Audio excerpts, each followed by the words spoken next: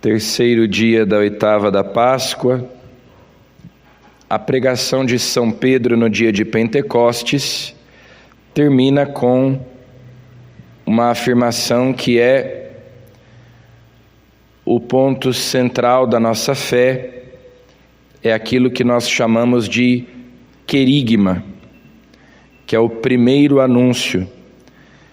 E é o primeiro não porque é dito em primeiro lugar, mas porque é o anúncio fundamental, em ordem de importância e não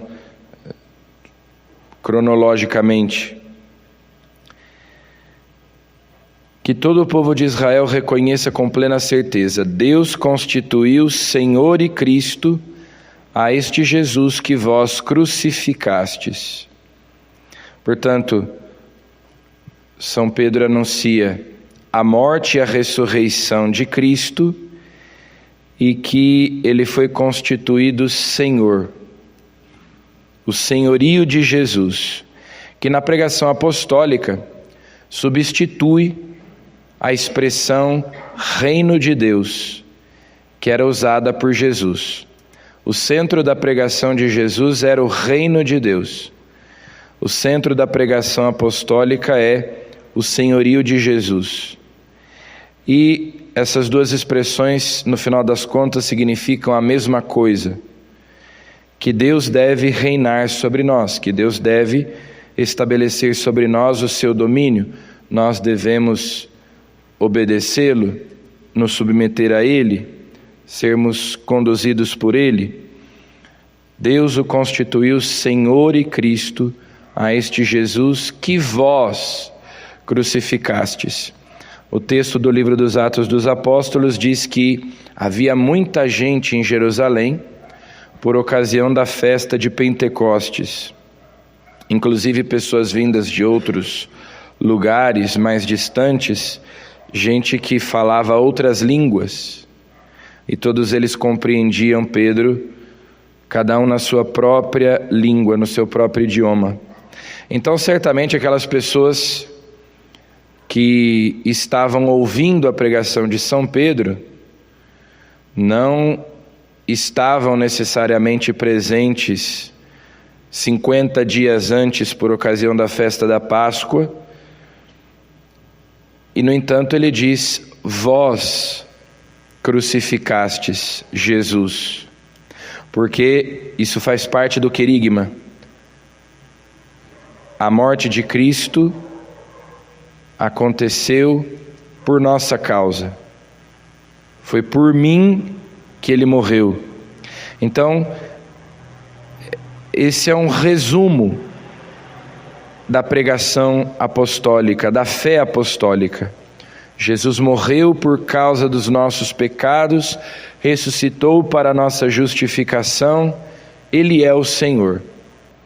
Nós devemos nos submeter ao seu senhorio, viver na sua graça. E a reação da multidão é, São Lucas diz que eles ficaram com o coração aflito quando ouviram isso, e perguntavam a Pedro e aos outros apóstolos: o que nós devemos fazer? Ficaram com o coração aflito, contrito, despedaçado, e, portanto, aquela pregação provocou neles a conversão. O que devemos fazer? Arrependei-vos dos vossos pecados, convertei-vos e cada um seja batizado em nome de Jesus Cristo para o perdão dos vossos pecados e recebereis o Espírito Santo. Que nós temos o aspecto negativo e positivo da redenção. Pela contrição, pelo arrependimento, nós obtemos o perdão dos pecados e recebemos o dom do Espírito Santo. Então a nossa alma é purificada e nós então passamos a possuir o dom do Espírito. Deus vem habitar em nós. nós nos reconciliamos com Deus, ou melhor, Ele nos reconcilia consigo, e então Ele passa a habitar em nós. O dom do Espírito Santo nos é dado, pois a promessa é para vós, para vossos filhos e para todos aqueles que estão longe, para todos aqueles que o Senhor chamar para si. Esses que estão longe somos nós, longe não no espaço, mas longe no tempo.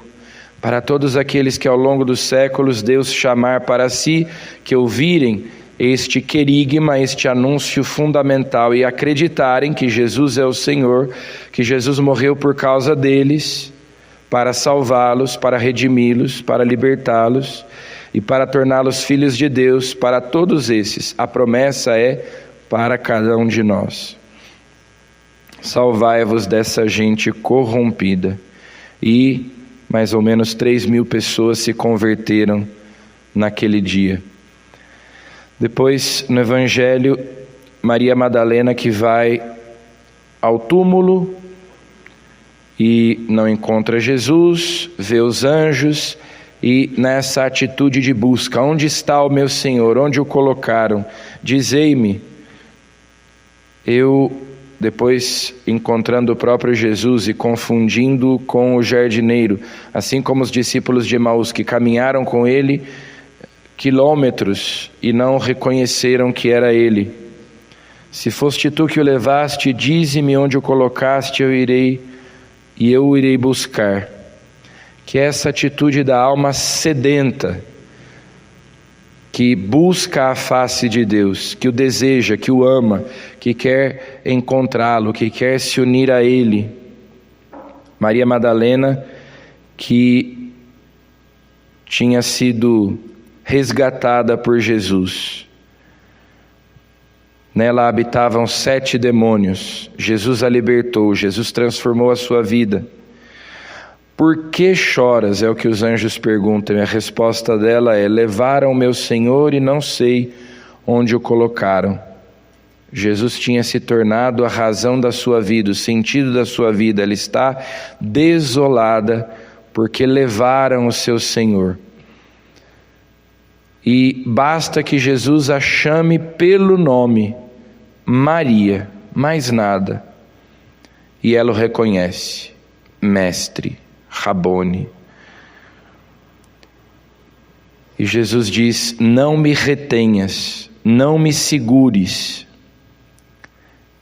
Volto para o meu Pai, vosso Pai, meu Deus e vosso Deus. É preciso que eu vá, é o que Jesus tinha dito na última ceia para os discípulos. Para vós é bom que eu vá. Eu não posso permanecer aqui entre vocês do mesmo modo como antes. É melhor que eu vá, porque se eu não for, não virá o Espírito Santo. Quando vier o Espírito Santo, então eu virei com ele. Quem me ama realmente guardará minha palavra, meu Pai o amará, e a ele nós viremos e faremos nele nossa morada. O meu Pai o amará significa: o meu Pai lhe dará o seu Espírito. E quando vem o Espírito Santo, junto com o Espírito, o Pai e o Filho também vêm habitar na nossa alma. Então por isso é que Jesus diz: não me retenhas, não queira que eu permaneça com você do mesmo modo como eu estava antes.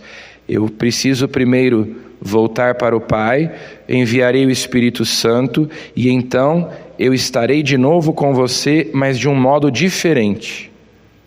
Não mais ao seu lado, mas dentro de você, habitando na sua alma, aí na habitação da Trindade, no coração daquele que crê. Então, lembrando que o tempo pascal caminha rumo a Pentecostes, se conclui com a vinda do Espírito Santo. Como São Pedro diz aí na primeira leitura: arrependei-vos, sede batizados e recebereis o dom do Espírito. Então peçamos que a obra da graça se complete em nós pela vinda, pela habitação do Espírito de Deus em nós, que nos traz a presença sempre viva de Jesus ao nosso coração. Amém.